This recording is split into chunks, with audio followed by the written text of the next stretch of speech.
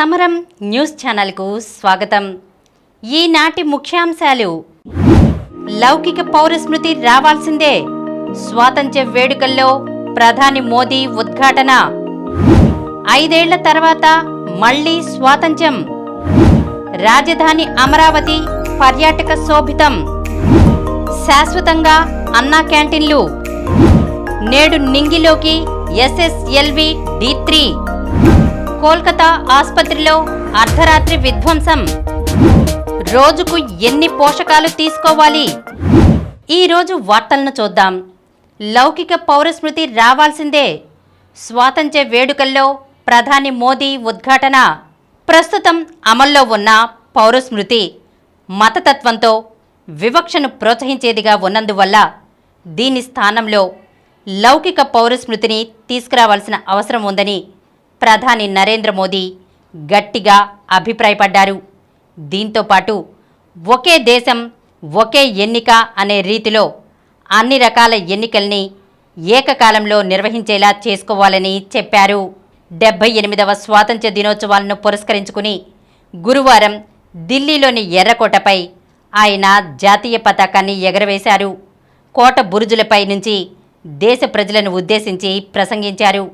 మూడోసారి అధికారంలోకి వచ్చిన తర్వాత ఆయన స్వాతంత్ర్య దినోత్సవాల్లో పాల్గొనడం ఇది తొలిసారి కాగా, ప్రధానిగా వరుసగా ఇది 11వసారి.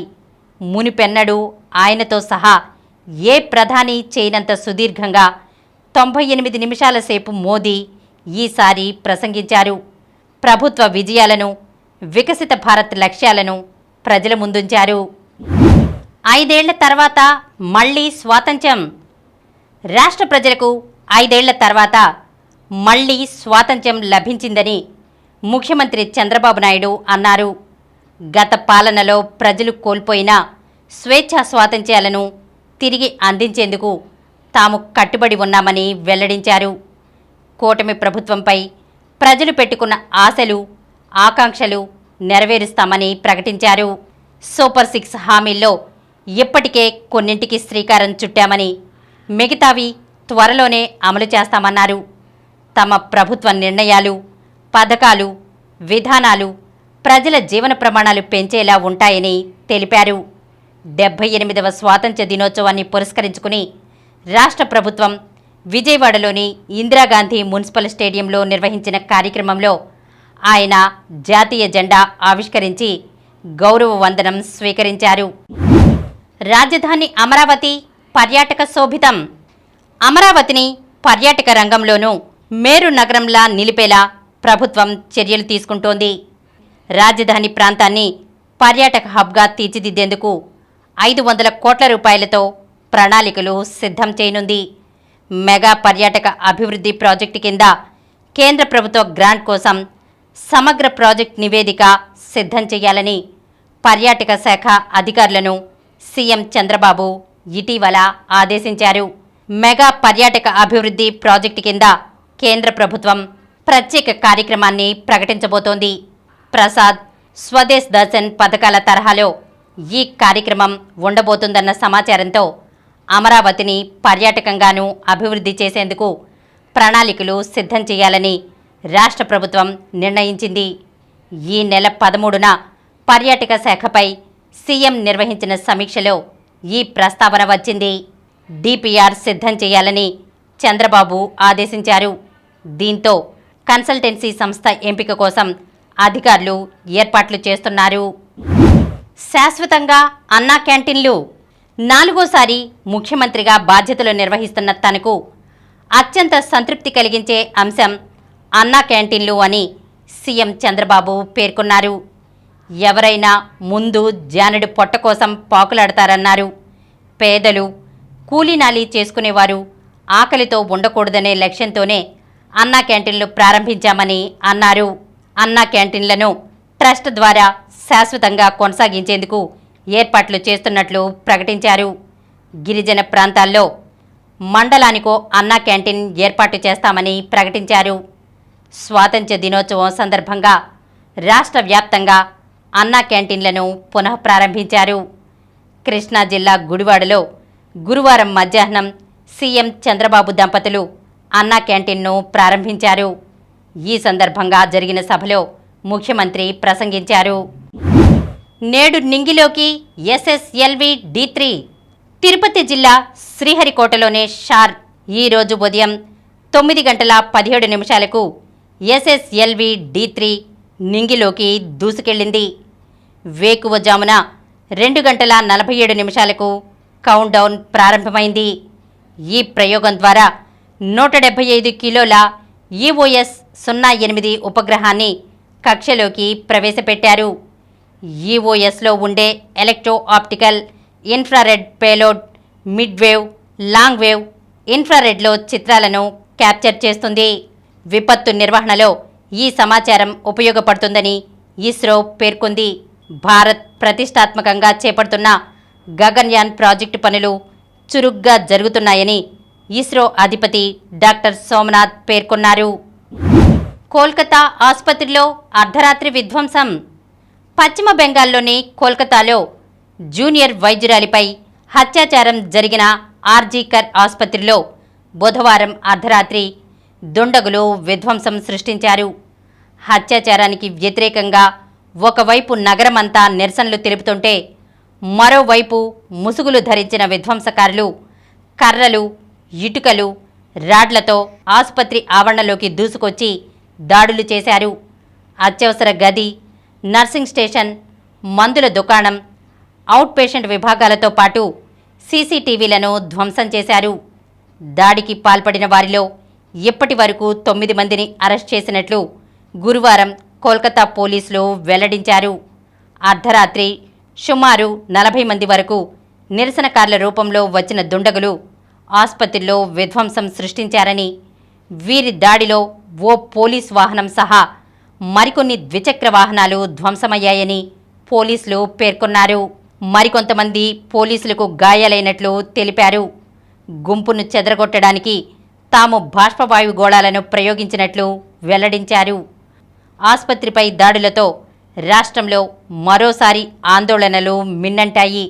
అత్యాచారం జరిగిన ఆసుపత్రి గది ఆందోళనకారుల దాడిలో ధ్వంసమైందన్న వార్తలపై కోల్కతా పోలీసులు ఎక్స్ వేదికగా స్పందించారు. నేరం జరిగిన సెమినార్ గది వద్దకు ఎవరూ వెళ్లలేదు.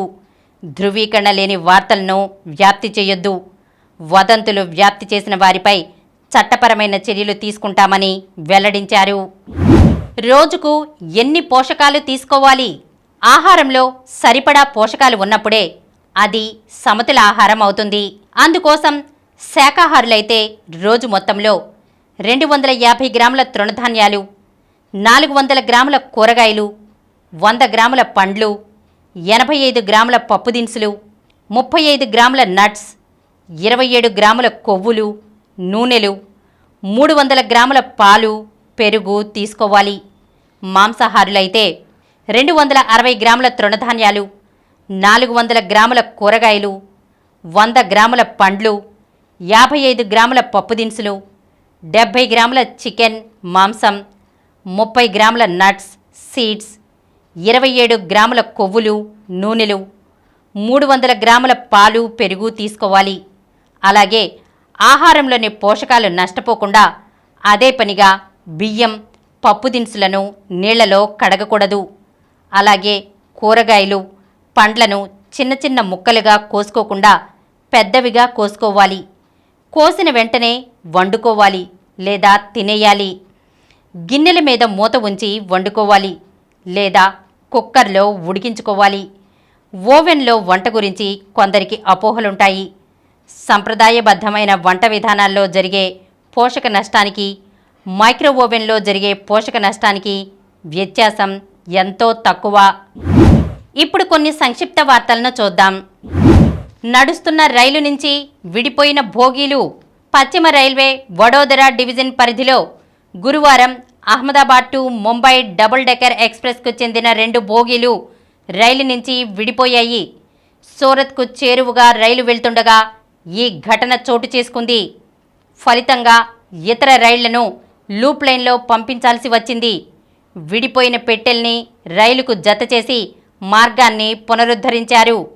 ప్రయాణికులంతా సురక్షితమని రైల్వే వర్గాలు తెలిపాయి. విజయవాడ నుంచి ఢిల్లీకి కొత్త విమాన సర్వీసు. విజయవాడ నుంచి ఢిల్లీకి కొత్తగా మరో విమాన సర్వీసు అందుబాటులోకి రానుంది. ఈ సేవలు వచ్చే నెల 14 నుంచి ప్రారంభం కానున్నాయి. ఫీల్డ్ గోల్స్ చేయాల్సిందే శ్రీజేష్.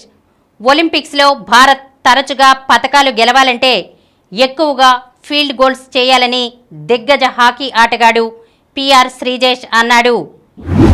వినేష్ నువ్వో కోహినూర్. భారత రెజ్లర్ వినేష్ ఫొగాట్కు దేశమంతా వెన్నంటి నిలుస్తుందని క్రీడారంగ ప్రముఖులు భరోసా ఇచ్చారు. అధిక బరువుతో అనర్హత వేటుపడిన వినేష్ ప్యారిస్ ఒలింపిక్స్లో పతకానికి దూరమైంది. సంయుక్తంగా రజతం ఇవ్వాలంటూ వినేష్ చేసిన అభ్యర్థనను court of arbitration for sports తిరస్కరించింది.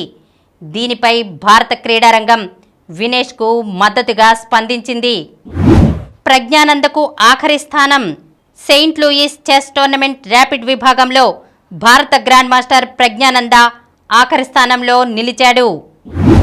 మరిన్ని వార్తా విశేషాలతో రేపటి సమరం న్యూస్ ఛానల్లో మళ్ళీ కలుద్దాం. ప్రతిరోజు వార్తా విశేషాల కోసం అనతి కాలంలోనే 20 కోట్ల వ్యూస్ సాధించిన సమరం ఛానల్ సమర్పించు సమరం న్యూస్ ఛానల్కు సబ్స్క్రైబ్ చేయండి, లైక్ చేయండి, మీ ఫ్రెండ్స్కి షేర్ చేయండి.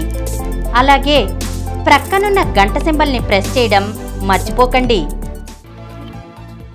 Please download Samaram Channels app from Google Play Store and watch your favorite channels. Click the bell icon and subscribe to the channels.